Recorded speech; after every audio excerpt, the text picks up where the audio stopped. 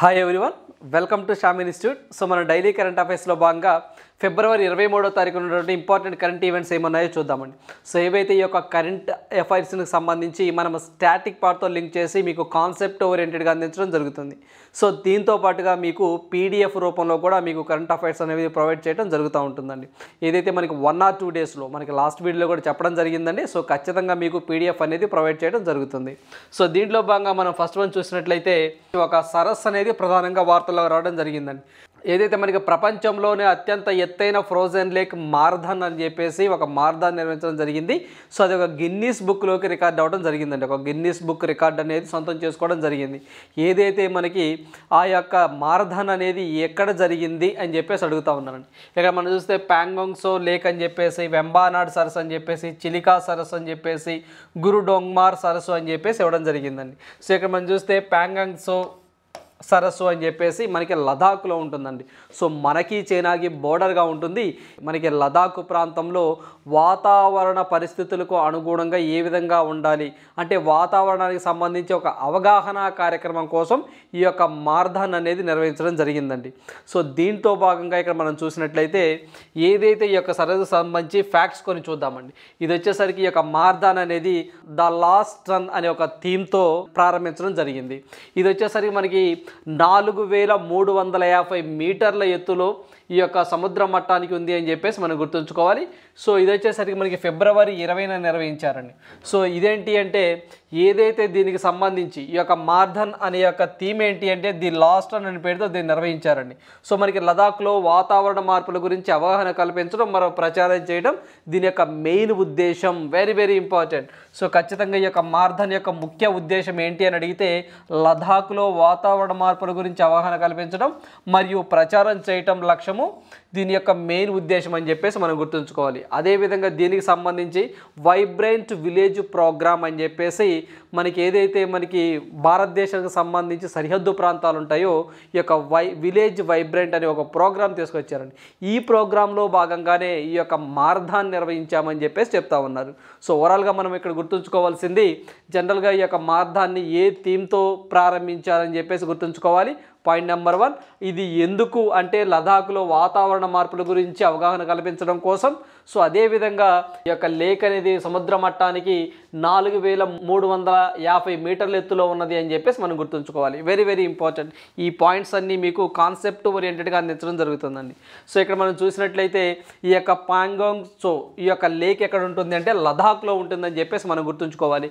అదేవిధంగా ఈ వెంబానాడ్ సరస్సు ఎక్కడ ఉంటుందంటే కేరళ అండి. ఇది కేరళలో ఉండడం జరుగుతుంది. ఈ చిలికా లేక్ సో మనకి ఒడిషా, మీ అందరికీ తెలిసిందేనండి, ఒడిషాలో ఉంటుంది. ఇది వచ్చేసరికి గురుడోంగ్మార్ లేక్ వచ్చేసి మనకి సిక్కింలో ఉంటుంది. సో సిక్కిం. సో మనకి ఇది ఒక స్టాటిక్ పార్ట్ కూడా మనకి ఇక్కడ కవర్ అవుతుందండి. సో ఖచ్చితంగా మనము స్టాటిక్ పార్ట్స్ గురించి కూడా 1 or 2 బిట్స్ ఎక్స్పెక్ట్ చేయొచ్చండి. కాంపిటేటివ్ ఎగ్జామ్లో ఒక బిట్టు కూడా మనకి చాలా ఇంపార్టెంట్. సో అదే మనకి ఫైనల్లో డిసైడింగ్ ఫ్యాక్టర్గా ఉండడం జరుగుతుంది. సో మనకి ఖచ్చితంగా 1 మార్క్ కూడా మనకి ఇంపార్టెంటే. సో స్టాటిక్ పార్ట్ని ప్లస్ కరెంట్ అఫైర్స్ని మనం లింక్ చేసుకొని చదువుకోవాలి. అదేవిధంగా ఈ యొక్క జిఎస్కి సంబంధించి పాలిటీ, హిస్టరీ, ఎకానమీకి సంబంధించి కూడా మీకు ఈ యొక్క కరెంట్ అఫైర్స్లో లింక్ చేసి చెప్పడం జరుగుతుంది. ఖచ్చితంగా మీకు పీడిఎఫ్ కూడా ప్రొవైడ్ చేయడం జరుగుతుంది. సో నెక్స్ట్ వన్ చూసినట్లయితే రీసెంట్గా మనకి ఓం ప్రకాష్ కోహ్లీ ఇటీవల మరణించడం జరిగిందండి. సో ఇతను ఏ రంగానికి సంబంధించిన వ్యక్తి అని చెప్పేసి అడగడం జరుగుతుంది. సో మనకి మీకు క్వశ్చన్ ఫ్రేమింగ్ కూడా ఇవ్వడం జరుగుతుందండి. సో మనకి ఫైనల్ ఎగ్జామ్లో మనకి క్వశ్చన్ ఫ్రేమింగ్ ఎలా ఉంటుందో కూడా మనకి ఇక్కడ ఇవ్వడం జరుగుతుంది. సో ప్రముఖ వ్యక్తి ఓం ప్రకాష్ కోహ్లీ ఇటీవల మరణించాడు, అతను ఏ రంగానికి సంబంధించిన వ్యక్తి అని చెప్పేసి అడుగుతూ ఉన్నాడండి. సో మనకు రాజకీయాల, క్రీడల, సంగీతమా, రచయిత అంటే మనము ఇతను రాజకీయాలకు సంబంధించినటువంటి వ్యక్తి, పొలిటీషియన్ అని చెప్పేసి మనం గుర్తుంచుకోవాలండి. సో ఇతను గుజరాత్కి గవర్నర్గా చేస్తున్నారని చెప్పేసి, సో అదే టైంలో మధ్యప్రదేశ్కి, గోవాకి కూడా ఇతను గవర్నర్గా పనిచేశాడు అని చెప్పేసి మనం ఖచ్చితంగా గుర్తుంచుకోవాలండి. అదనపు బాధ్యతలు స్వీకరించాడు అనమాట. అంటే మనకి గుజరాత్ రాష్ట్రానికి గవర్నర్గా చేస్తున్న టైంలోనే 2014 నుంచి ఇతను 2019 ఆ టైం దాకా చేశాడండి. సో ఆ టైంలోనే కొంత పార్ట్ అనేది మనకి గోవాకి కానీ మధ్యప్రదేశ్కి కానీ గవర్నర్గా అదనపు బాధ్యతలు స్వీకరించాడు. అదేవిధంగా ఇతను రాజ్యసభకు కూడా నామినేట్ అవ్వడం జరిగిందండి. సో అదేవిధంగా ఇతని గురించి మనం చూసినట్లయితే ఖచ్చితంగా మీకు ఇవి కాన్సెప్ట్ ఓరియంటెడ్ అండి. సో మీరు ఖచ్చితంగా దీనికి సంబంధించిన పీడిఎఫ్ ఇవ్వడం జరుగుతుంది. ఇది వచ్చేసరికి గుజరాత్ మాజీ గవర్నర్గా పనిచేస్తున్నారండి. ఇతను బీజేపీ పార్టీకి సంబంధించిన వ్యక్తి అండి. సో ఇతను 2014 నుంచి 2019 వరకు గుజరాత్కు 19వ గవర్నర్గా పనిచేయడం జరిగింది. సో అదేవిధంగా ఏదైతే మనకి 2014 నుంచి 2019 వరకు గుజరాత్కి గవర్నర్గా చేస్తూ ఉన్నప్పుడు 2014లో ఒక 3 వారాలండి 3 వీక్స్ అనేది ఇతను గోవాకి అదనపు బాధ్యతలుగా స్వీకరించాడు గవర్నర్గా. Point number 1 very very important. So అదేవిధంగా ఇతను చూస్తే మధ్యప్రదేశ్కి అండి, అంటే 2016 నుంచి 2018 మధ్యకాలంలో మధ్యప్రదేశ్ గవర్నర్గా అదనపు బాధ్యతలు స్వీకరించాడు అనే పాయింట్ కూడా మనం గుర్తుంచుకోవాలి. అదేవిధంగా ఇతను రాజ్యసభకు అండి, సో మనకి 1994 నుంచి 2000 వరకు రాజ్యసభలో కూడా పనిచేశాడు. సో అదేవిధంగా ఇతను ఏదైతే మనకి హౌసింగ్ కమిటీ అని చెప్పేసి పార్లమెంటరీ స్టాండింగ్ కమిటీస్ కొన్ని ఉంటాయండి. ఆ స్టాండింగ్ కమిటీలో హౌసింగ్ కమిటీ అని చెప్పేసి ఒక కమిటీ ఉంటుంది. ఆ కమిటీ కూడా ఇతను అధ్యక్షత వహించాడు. సో రేపు రానున్న ఎగ్జామ్స్లో ఇతనికి సంబంధించి సరి కాని అంశం ఏది అని అడిగాడు అనుకోండి, ఖచ్చితంగా అంటే ఒకప్పుడు ఇతను ఏ రంగానికి సంబంధించిన వ్యక్తి అని చెప్పేసి అడుగుతాడండి. ఇది వచ్చేసరికి బేసిక్ క్వశ్చన్, అంటే ప్రిలిమినరీ ఎగ్జామ్ పాయింట్ ఆఫ్ వ్యూలో అడగాలంటే ఈజీగా అడగాలంటే ఈ టైప్ ఆఫ్ క్వశ్చన్ ఉంటుంది. బట్ మెయిన్స్ పాయింట్ ఆఫ్ వ్యూలో అడగాలి అంటే నీకు ఓవరాల్గా ఇతని గురించి ఇంత కాన్సెప్ట్ తెలిసి ఉండాలి. సో ఇతను 19వ గవర్నర్గా గుజరాత్కి చేస్తున్నాడని చెప్పేసి అట్ ద సేమ్ టైం అదే టైంలో ఈ టర్మ్లో 2014-15 ఆ టైంలో 3 వీక్స్ అనేవి గోవాకి గుజరాత్గా అదనపు బాధ్యతలు స్వీకరించాడని, సో 16-18 అదనపు బాధ్యతలుగా మధ్యప్రదేశ్లో చేస్తున్నారని చెప్పేసి కూడా ఓవరాల్ నీ కాన్సెప్ట్ తెలిసి ఉండాలి. సో నెక్స్ట్ వన్ చూద్దాము. సో మనకి ఏదైతే మనకి first PM Gati Shakti workshop for the western and central zone held in which city. So western and central zone కోసం మొట్టమొదటి ప్రధానమంత్రి గతిశక్తి వర్క్షాప్ ఏ నగరంలో జరిగింది అని చెప్పేసి అడగడం జరిగిందండి. సో మీ అందరికీ తెలిసిందేనండి, గతిశక్తి ప్రోగ్రామ్ అండి.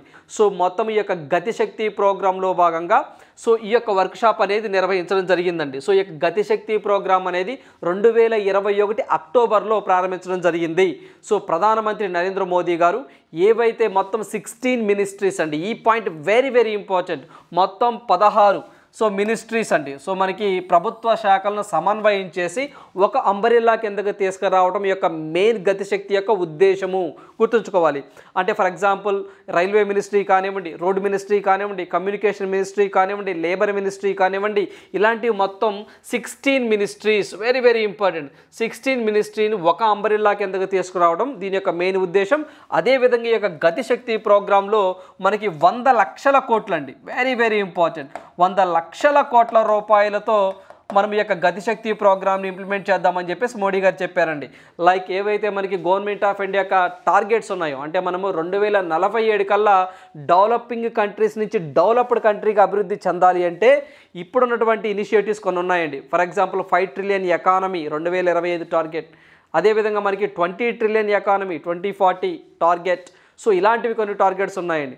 సో అదేవిధంగా మనం చూసుకున్నట్లయితే ఈ యొక్క రైల్వేస్ సంబంధించి డెవలప్మెంట్ కానివ్వండి, లాజిస్టిక్స్ కానివ్వండి, సో ఇలాంటి పార్కులు మొత్తం అభివృద్ధి చేయడం కానివ్వండి, వీటన్నిటిని అభివృద్ధి చేయాలి అంటే ఖచ్చితంగా గతిశక్తి ప్రోగ్రామ్ కింద అన్ని మినిస్ట్రీని కోఆర్డినేట్ చేసుకుంటూ ఈ యొక్క గతిశక్తి ప్రోగ్రామ్ తీసుకురావడం జరిగిందండి. సో గతిశక్తి ప్రోగ్రాంలో భాగంగానే మనకి గుజరాత్ వడోదరాలో గతిశక్తి యూనివర్సిటీ అని చెప్పేసి ఒక యూనివర్సిటీ పెట్టడం జరిగిందండి.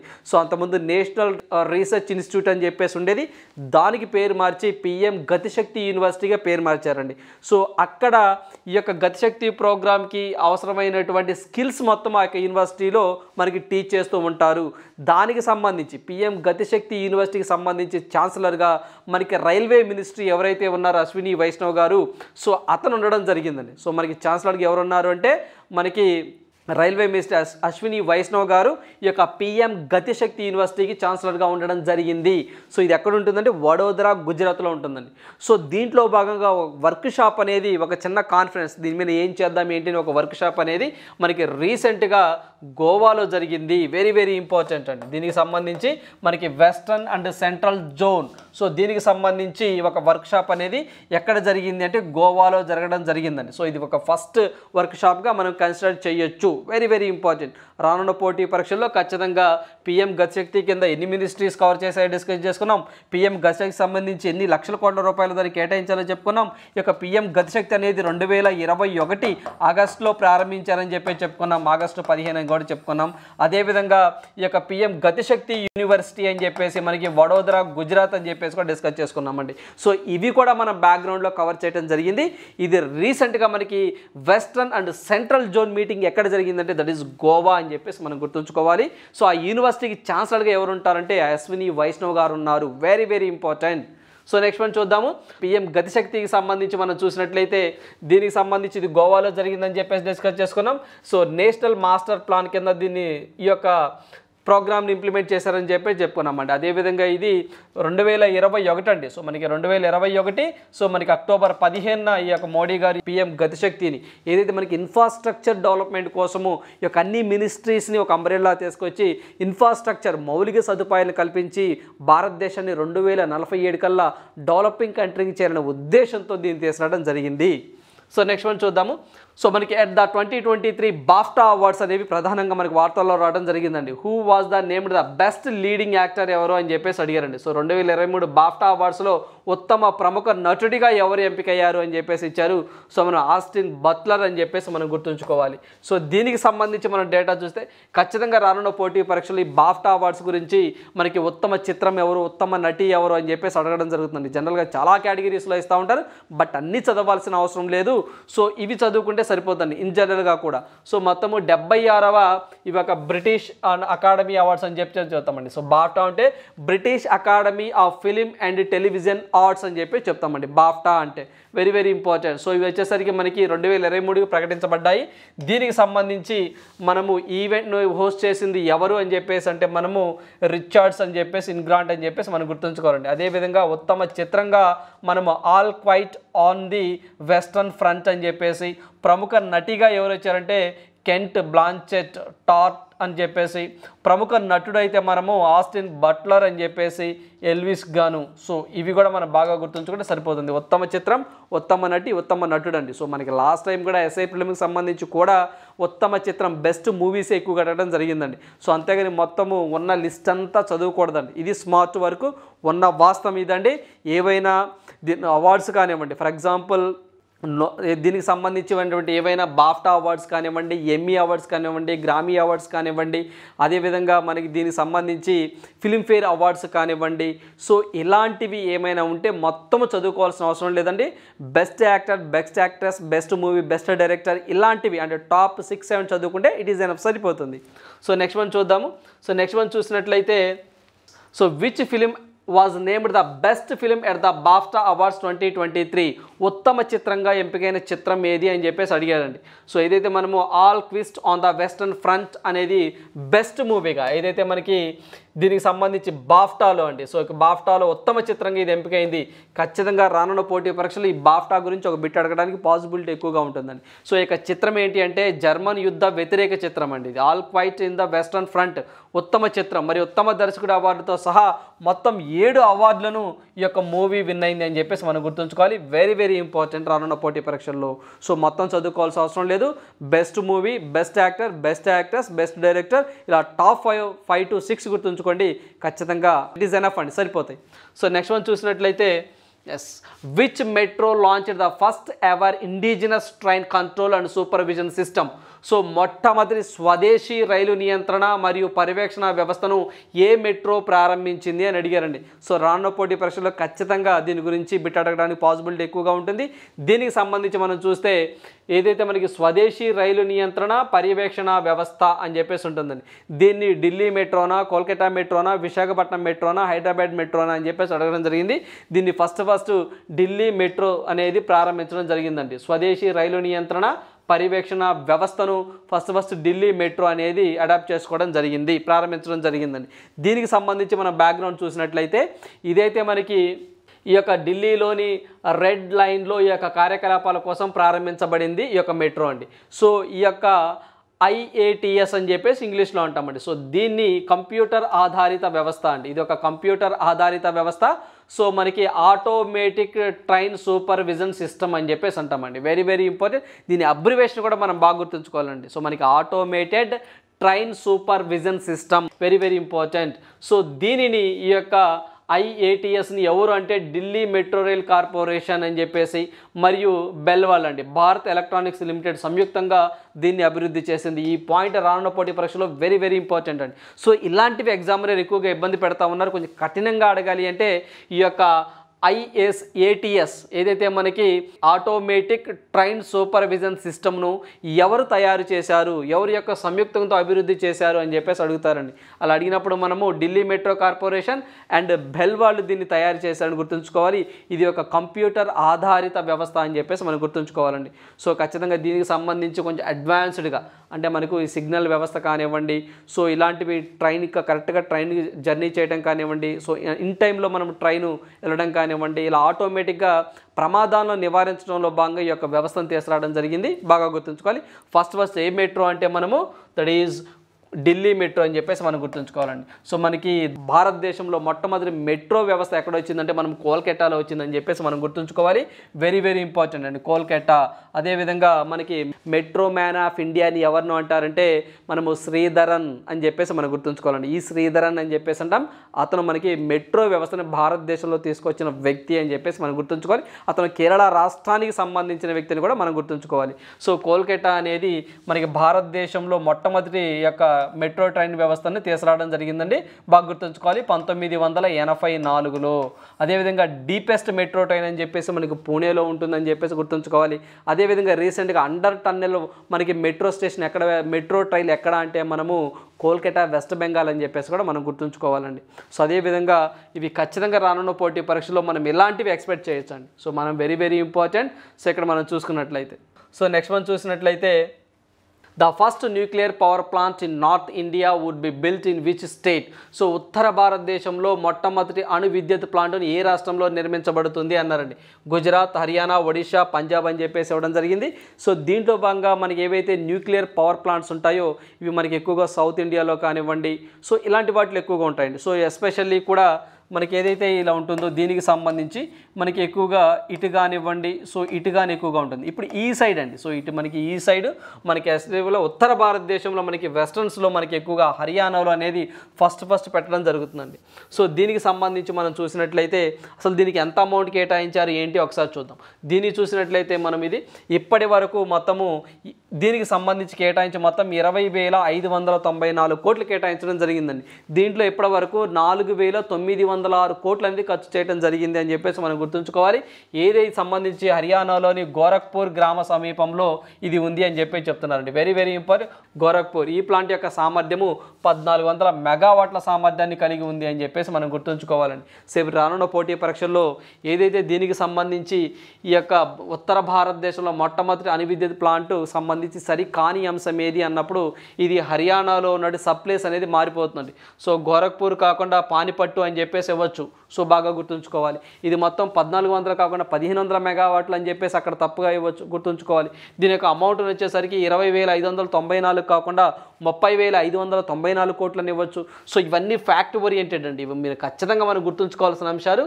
So very very important. So మీకు ఇంత కాన్సెప్ట్ అనేది ఇవ్వడం జరుగుతుందండి దీనికి సంబంధించి Haryana. Very very important. So next one చూసినట్లయితే దీనికి సంబంధించి మనం ప్రజెంట్ ఆపరేషనల్ అవుతున్నటువంటి పవర్ ప్లాంట్స్ ఒకసారి చూద్దామండి.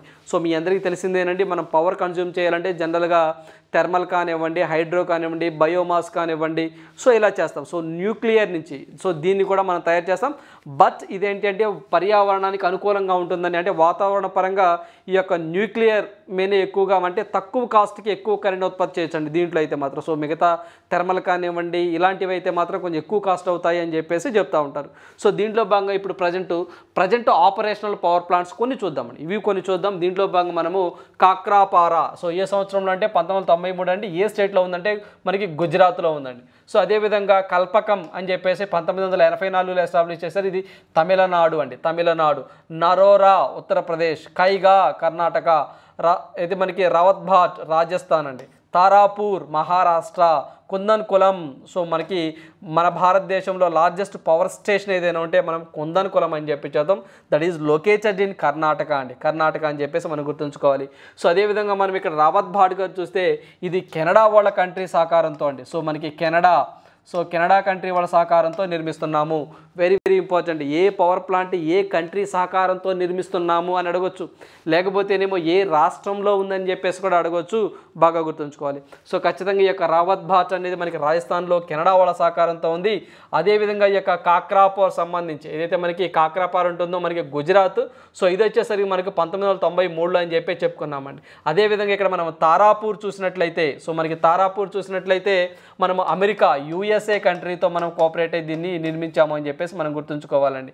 Very very important. అదేవిధంగా మనము కైగా సో మనకి కైగా చూస్తే ఫ్రాన్స్ అండి. కైగా చూస్తే మనకి ఫ్రాన్స్ వాళ్ళ సహకారంతో దీన్ని నిర్మించుకున్నాము. అదేవిధంగా మనం ఇక కుందన్కులం చూసినట్టయితే సో రష్యా అండి. సో మనకి రష్యా సహకారంతో దీన్ని నిర్మించడం జరిగింది. వెరీ వెరీ ఇంపార్టెంట్ అండి. ఖచ్చితంగా ఏ కంట్రీతో కూడా మనం టైప్ అయ్యి ఎవరి కోఆపరేషన్తో వీటిని ఎస్టాబ్లిష్ చేసామని కూడా ఖచ్చితంగా గుర్తుంచుకోవాలి. So very very important. అదేవిధంగా nuclear power is the 5th largest source of the electricity in India అని చెప్పేసి ఇచ్చారండి. అంటే మనకి ఈ యొక్క న్యూక్లియర్ పవర్తో అండి ఈ యొక్క న్యూక్లియర్ పవర్తో 5th మనము ఈ యొక్క సోర్సెస్ని తీసుకుంటున్నాం అన్నారండి. సో ఫస్ట్ అయితే మాత్రం థర్మల్ అండి, బొగ్గుతో. జనరల్గా 70 to 73 నుంచి 75% అనేది మనము కోల్ అంటే మనకి ఇది దీనికి సంబంధించి బొగ్గు అండి. బొగ్గుకు సంబంధించి పవర్ని బొగ్గు ద్వారా మనం ఎక్కువగా ఉత్పత్తి చేస్తామన్న పాయింట్ మనం గుర్తుంచుకోవాలి. Very very important. సో మనం ఫస్ట్ వచ్చేసరికి మనము థర్మల్ అని చెప్పేసి అంటాము, దాన్నే బొగ్గు అని కూడా అంటాము. సో అదేవిధంగా హైడ్రో అండి, తర్వాత వాటర్ ద్వారా అని చెప్పేసి, అదేవిధంగా నెక్స్ట్ వచ్చే రెన్యూబుల్ సోర్సెస్ ద్వారా తీస్తాము అని చెప్పేసి గుర్తుంచుకోవాలి. సో ఇది వచ్చేసరికి న్యూక్లియర్ అనేది 5th లార్జెస్ట్ సోర్స్ నుంచి తీస్తామనే పాయింట్ కూడా మనం గుర్తుంచుకోవాలి.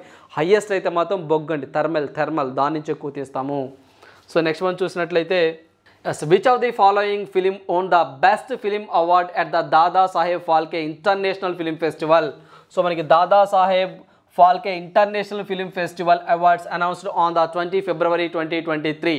సో మనకి దేనికి సంబంధించి ఏదైతే మనకి February 20, 2023 ప్రకటించిన Dada Saheb Phalke international film festival అవార్డులో ఈ క్రింది వాటిలో ఏ సినిమా ఉత్తమ చిత్రం అవార్డుని గెలుచుకుంది అన్నారండి. సో ద కాశ్మీరీ ఫైల్స్ సంబంధించి కానీ ఫ్రెడ్డీ కానివ్వండి, ధమాకా కానివ్వండి, హిట్ కానివ్వండి, సో ద కాశ్మీరీ ఫైల్ అండి. సో ఖచ్చితంగా రానున్న పోటీ పరీక్షల్లో దీని మీద బిట్ అనేది ఈ విధంగా ఉంటుంది అని చెప్పడానికి మీకు ఎగ్జాంపుల్గా ఇవ్వడం జరిగిందండి. ఇక దీని బ్యాక్గ్రౌండ్ మనం చూసినట్లయితే Dada Saheb Phalke international film festival అవార్డుకి సంబంధించి చూసినట్లయితే మనము డైరెక్టరేట్ ఆఫ్ ఫిలిం ఫెస్టివల్ ద్వారా 2023 విజేతలను వెల్లడించారండి. సో ఉత్తమ చిత్రంగా ది కాశ్మీరీ ఫైల్ అని చెప్పేసి, international film of the year award SS Rajamouli RR movie అని చెప్పేసి, అదేవిధంగా ఉత్తమ వెబ్ సిరీస్ అయితే మాత్రము రుద్ర. సో మనకి రుద్ర అని చెప్పేసి the edge of the dark net అని చెప్పేసి కూడా మనం ఖచ్చితంగా గుర్తుంచుకోవాలండి. సో మెయిన్గా మనకి ఉత్తమ చిత్రం అనేది ఇక్కడ మెయిన్ కీ రోల్ ప్లే చేస్తుంది. సో దీని కూడా కొంచెం వివాదాస్పదంగా ఉందండి. సో మనం స్టార్టింగ్లో కూడా కొంచెం అనేది మూవీగా వివాదాస్పదంగా ఉందని చెప్పేసి ఉన్నాయి. సో ఓవరాల్గా మనకు ఉత్తమ చిత్రం the Kashmiri files. Very very important. So next మనం చూసినట్లయితే who was elected the chair at the opening session of the 62nd session of the UN commission for the social development held in New York. So న్యూయార్క్లో జరిగిన UN commission for social development యొక్క 62వ session ప్రారంభ సెషన్లో ఎవరు అధ్యక్షతగా ఎన్నికయ్యారు అని చెప్పేసి అడుగుతున్నారండి. సో ఇక మనతో రుచిరా కాంబోజ్ అని చెప్పేసి మనం గుర్తుంచుకోవాలి. సో ఈమె మీకు తెలిసిందేనండి, మనకి UNOలో పర్మనెంట్ రిప్రజెంటేటివ్గా అంతకుముందు మనకి గురుమూర్తి అనే వ్యక్తి ఉన్నారండి. సో మనకి ఈ యొక్క గురుమూర్తి ప్లేస్లో మనకి ఈమె రుచిరా కాంబోజ్ అనే వ్యక్తి రావడం జరిగింది, గుర్తుంచుకోవాలి. సో మన భారతదేశానికి రిప్రజెంటేటివ్గా అంటే మన యొక్క వాయిస్ని వినిపించడానికి ఈమె UNOలో ఉంది అని చెప్పేసి గుర్తుంచుకోవాలి. అదేవిధంగా దీని బ్యాక్గ్రౌండ్ మనం చూసినట్లయితే దీని యొక్క మెయిన్ ఉద్దేశం ఏంటి అంటే ఈ యొక్క రుచిరా కాంబోజ్ అనేమో దీనికి సంబంధించి ఏదైతే మనకి UN commission for social development అని చెప్పేసి ఏ విధంగా అభివృద్ధి చేయాలని చెప్పేసి ఒక చిన్న సెషన్ పెడుతూ ఉంటారండి UNO వాళ్ళు.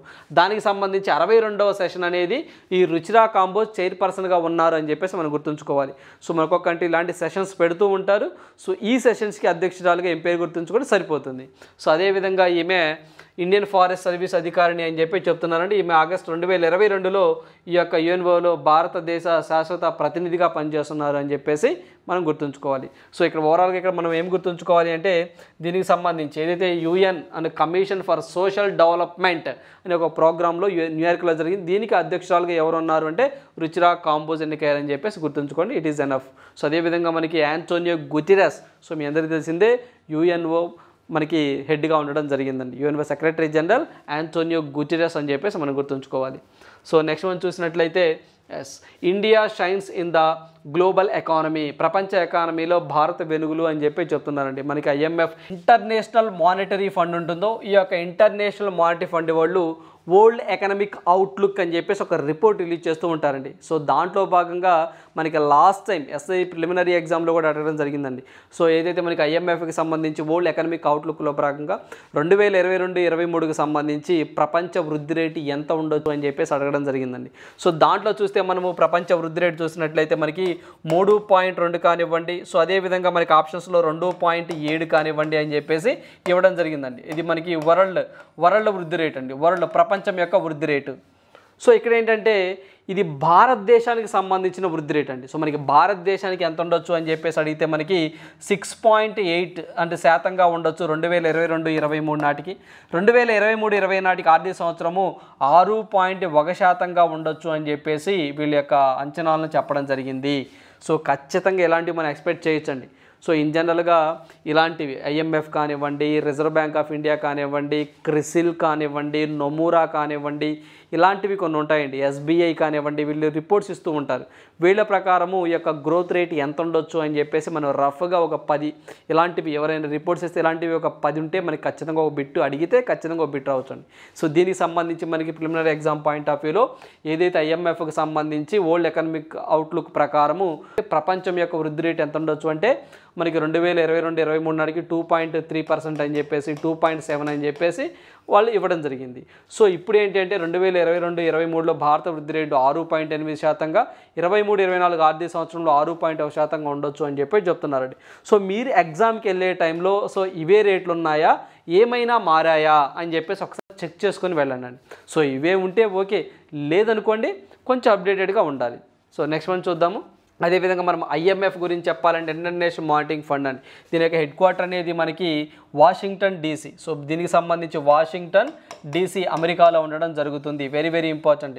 సో హెడ్ వచ్చేసరికి క్రిస్టీనియా జార్జివియా అని చెప్పేసి అంటామండి, బల్గేరియా కంట్రీకి సంబంధించిన ఆమె. అదేవిధంగా IMFకి డిప్యూటీ చీఫ్గా ఎవరు ఉన్నారంటే మనము గీతా గోపీనాథ్ అని చెప్పేసి గుర్తుంచుకోవాలండి. అవి కూడా మన ఎగ్జామ్ పాయింట్ ఆఫ్ వ్యూలో గుర్తుంచుకోవాల్సిన అంశాలు, very important. So next one చూద్దాము.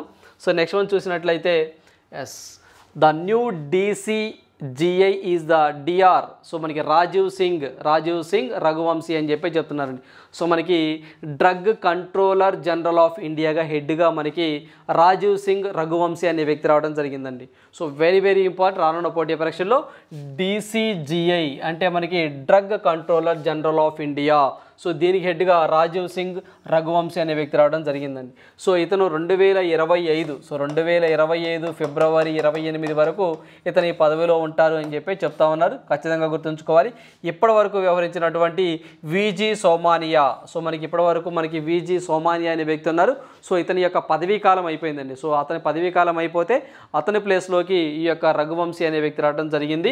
సో అసలు ఇది ఏం చేస్తుంది అంటే దీనికి సంబంధించి కొత్త మందులు కానీ వ్యాక్సిన్లకు సంబంధించి కానివ్వండి అనుమతులు ఇస్తూ ఉంటుంది. వెరీ ఇంపార్టెంట్, బాగా గుర్తుంచుకోవాలండి. సో భారతదేశంలో drugs control general of India చేసే పని ఏంటి అంటే కొత్త మందులు వ్యాక్సిన్లు క్లినికల్ పరీక్షలకు ఇది ఒక అనుమతి ఇస్తూ ఉంటుందండి. అంటే ఒక కొత్త మందు కనిపెట్టామంటే దాన్ని క్లినికల్గా పరీక్షించాలి అంటే ఖచ్చితంగా వీళ్ళకి అనుమతి తీసుకొని మనం పరీక్షించాలి. Very important. సో దీని యొక్క హెడ్ క్వార్టర్ ఎక్కడ ఉంది అంటే ఢిల్లీలో ఉండడం జరిగిందండి. ఈ యొక్క drug control of India head quarter ఎక్కడ ఉంటుందంటే ఢిల్లీలో ఉండడం జరిగింది. సో మనకి ఢిల్లీ అండి. దీన్ని ఎప్పుడు ఎస్టాబ్లిష్ చేశారంటే 1940లో ఎస్టాబ్లిష్ చేయడం జరిగింది. దీని హెడ్గా ఎవరు వచ్చారంటే రాజీవ్ సింగ్ రఘువంశీ అనే వ్యక్తి రావడం జరిగింది. ఎవరి ప్లేస్లో వచ్చారంటే మనము VG సోమానియా అనే ప్లేస్లో రావడం జరిగింది. సో నెక్స్ట్ వన్ చూద్దాము. సో మనకి మోహినియట్టం ఆర్టిస్ట్ మనకి కనక్ రేలే ఇక లేరు అని చెప్పేసి రావడం జరిగిందండి. ఈమె కనక్ రేలే అండి. ఈమె బాగా మోహినియట్టం అండ్ కథక్కళిలో మంచి ప్రావీణ్యురాలండి. సో ఈ యొక్క నాట్యాల్లో ఈమె ప్రావీణ్యురాలు అనమాట. సో ఈమె చూస్తే ఈ యొక్క క్లాసికల్ డాన్సర్స్లో ఈమె సుప్రసిద్ధురాలు అని చెప్పి చెప్తా ఉన్నారు. ఈమె రీసెంట్గా చనిపోయిందండి. సో ఈమె చనిపోతే ఖచ్చితంగా ఈమె గురించి ఎటువంటి బిట్స్ రావచ్చో ఒకసారి చూద్దాం. అదేవిధంగా ఈమెకి కొన్ని అవార్డ్స్ కూడా రావడం జరిగిందండి. సో ఈమెకి పద్మభూషణ్ అని పద్మశ్రీ అని చెప్పేసి అవార్డ్స్ కూడా రావడం జరిగింది. సో ఇలాంటి వ్యక్తులు ఈ మధ్య చనిపోతే వీళ్ళ ఫీల్డ్ ఏంటి అని చెప్పేసి అడగడం లేదండి. వీళ్ళ గురించి సరి కాని అంశం ఏది, సరి అయిన అంశం ఏది అని అడుగుతూ ఉన్నారు. మనకి రీసెంట్గా కనక్ రేలే చనిపోయారు కదా, ఆమెకి పద్మశ్రీ అవార్డు ఏ సంవత్సరంలో వచ్చింది అని చెప్పేసి అడుగుతున్నారండి. సో ఇలా అడిగిన సందర్భాలు ఉన్నాయి. అందువల్ల మీకు క్వశ్చన్ అనేది ఫ్రేమ్ చేయడం జరుగుతుంది. ఇలా ఈ టైప్ ఆఫ్లో అడుగుతారు అవుతారు అని చెప్పేసి. అదేవిధంగా ఈమె గురించి ఒక బుక్ కూడా రచించడం జరిగిందండి. సో వాళ్ళ బంధువర్గానికి సంబంధించి కూడా ఒక ఆమె me and my Mohini Aattam అనే బుక్ ఈమె యొక్క చరిత్రను తెలుపుతుంది, ఈమె యొక్క జీవితం గురించి తెలుపుతుంది అనే పాయింట్ మనం గుర్తుంచుకోవాలి. Very very important. సో ఖచ్చితంగా me and my Mohini Aattam రీసెంట్గా చనిపోయారు కదా, ఆమె సంబంధించి బయోగ్రఫీ బుక్ ఏంటి అని చెప్పేసి అడుగుతారండి. ఆమె బయోగ్రఫీ బుక్ ఏంటి అంటే me and my Mohini Aattam అని చెప్పేసి మనం గుర్తుంచుకోవాలి. Very very important. మీకు మంచి కంటెంట్ అందించడం జరుగుతుందండి. సో మేము ఎప్పటికప్పుడు అప్డేటెడ్ వెర్షన్లో మీకు ఇవ్వడానికి ప్రయత్నం చేస్తూ ఉంటాము. సో మేము ఇచ్చే ప్రతి ఒక్క కరెంట్ అఫైర్స్ అనేవి ఖచ్చితంగా మీ యొక్క విజయానికి చేరువ చేయడం కోసమే ఇస్తామండి. సో మేము ఖచ్చితంగా ఏదైతే మీకు కరెంట్ అఫైర్స్లో భాగంగా మేము ప్రొవైడ్ చేస్తామో అది ఖచ్చితంగా మీకు వ్యాపార ధోరణితో కాకుండా వాలంటీర్గా, అంటే మీకు ఖచ్చితంగా జాబ్ సాధించాలి అనే ఉద్దేశంతో మీకు ప్రొవైడ్ చేయడం జరుగుతుంది. ఖచ్చితంగా దీనికి సంబంధించి PDF కూడా మీకు ప్రొవైడ్ చేయడం జరుగుతుందండి. So thank you, all the best.